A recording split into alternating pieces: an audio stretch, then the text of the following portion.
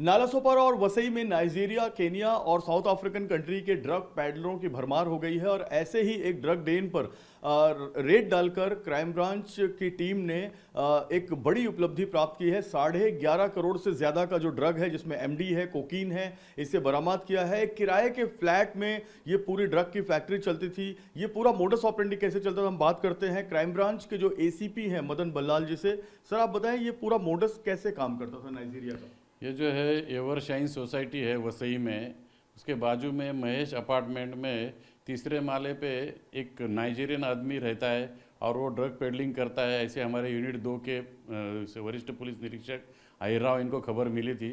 उन्होंने वहाँ पर स्टाफ के साथ और पंचों के साथ में रेड किया।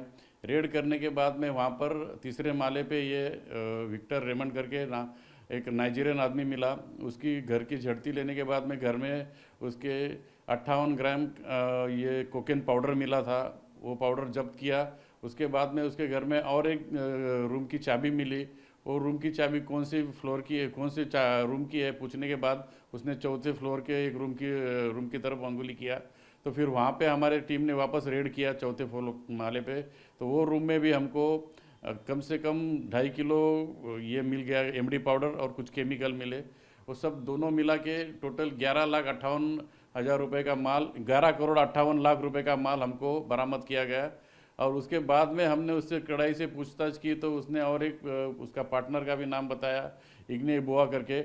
उसको भी हम लोग तलाश कर रहे हैं। वो अभी हमारे इससे दूर है, लेकिन जिसके घर में ये रहते थे वो पुरोहित करके, वो भी फरार है। उसको भी हमने इस केस में आरोपी बनाया है।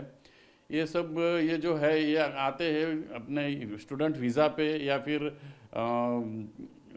अपना स्टडी वीज़ा पे या फिर अपना टूरिस्ट वीज़ा पे आते हैं और फिर यहाँ पर जगह चेंज करके फिर यहाँ नाला सोपारा में या फिर ये बस्ती में रहते हैं और यहाँ पर ड्रग पेडलिंग का काम करते हैं। सर, आप ये बताएं कि ये जो नाइजीरियन ड्रग पेडलर हैं, इनका एक बहुत बड़ा नेटवर्क काम कर रहा है। सुनने में आया कि ये टीवी और फिल्म में भी काम कर चुका था और वहां भी कई लोगों के कनेक्शन में था। ये जो विक्टर रेमंड है ये खुद बता रहा है कि मैंने 2-3 फिल्मों में साइड एक्टर का रोल किया है। हम लोग वो एंगल में तपास अभी कर रहे हैं। ये सच बता रहा है कि क्योंकि हो सकता है इसने कुछ फिल्म में काम किया हो सकता है, क्योंकि इसका बिल्ड अच्छा है। तो इसको कुछ साइड एक्टिंग के लिए कुछ विलन का काम मिला ऐसा नज़र में आ रहा है।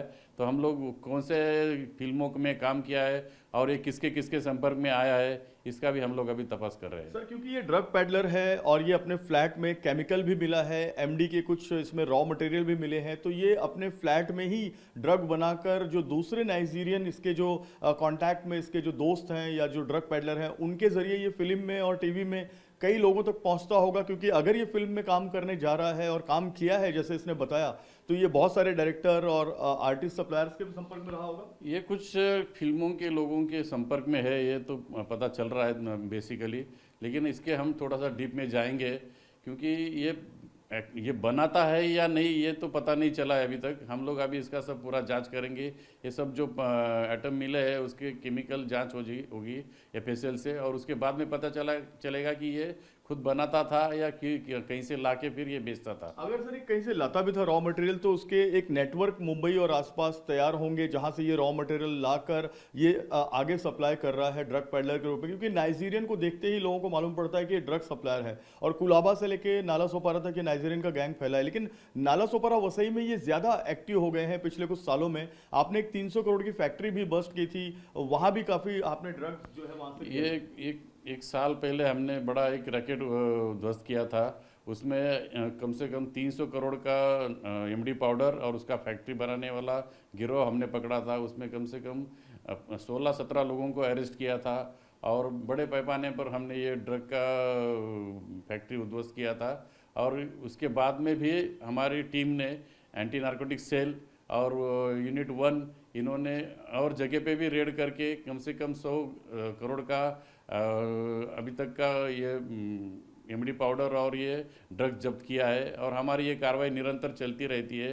नाइजीरियन लोगों के बारे में बताएंगे तो यहाँ पर ये बसते हैं, लेकिन हम लोगों ने आज तक जिन्होंने उनको सहारा दिया है, जिन्होंने उनको घर दिया है, ऐसे 76 घर मालकों के ऊपर भी हमने कार्रवाई की है कि जिसके ऊपर कार्रवाई करने से उन्होंने घर नहीं देना चाहिए नाइजीरियन लोगों को, इसके लिए हमने उनके ऊपर भी कड़ी कार्रवाई की है। और सर कितने, अगर हम साल भर की बात करें तो करीब 500 करोड़ रुपए के आसपास का ड्रग आप लोगों ने जब्त किया है, और कितने नाइजीरियन पकड़े गए हैं कि नाला सोपारा वसई इलाके से? 500 करोड़ के आसपास आराम से माल जब्त किया है हमने।